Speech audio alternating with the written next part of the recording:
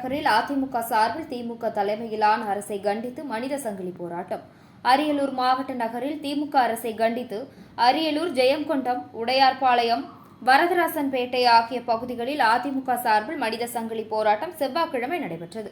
விலைவாசி மற்றும் சொத்து வரியை உயர்த்திய திமுக அரசை கண்டித்து அரியலூர் அண்ணா சிலையில் இருந்து சத்திரம் வரை நடைபெற்ற மனித சங்கிலி போராட்டத்துக்கு அதிமுக மாவட்ட செயலரும் முன்னாள் அரசு தலைமை கொறடாவுமான தாமரை எஸ். ராஜேந்திரன் தலைமையில் முன்னாள் மாநிலங்களவை உறுப்பினர் இளவரசன், முன்னாள் சட்டப்பேரவை உறுப்பினர் இளவழகன், மாவட்ட பொருளாளர் அன்பழகன், நகர செயலாளர், மாவட்ட அம்மா பேரவை செயலாளர், இணை செயலாளர், ஒன்றிய செயலாளர்கள் உள்ளிட்ட 1000 பேர் கலந்து கொண்டனர். இதேபோல் ஜெயங்கொண்டத்திலும் உடையார்பாளையத்திலும் சங்கிலி போராட்டம் நடைபெற்றது.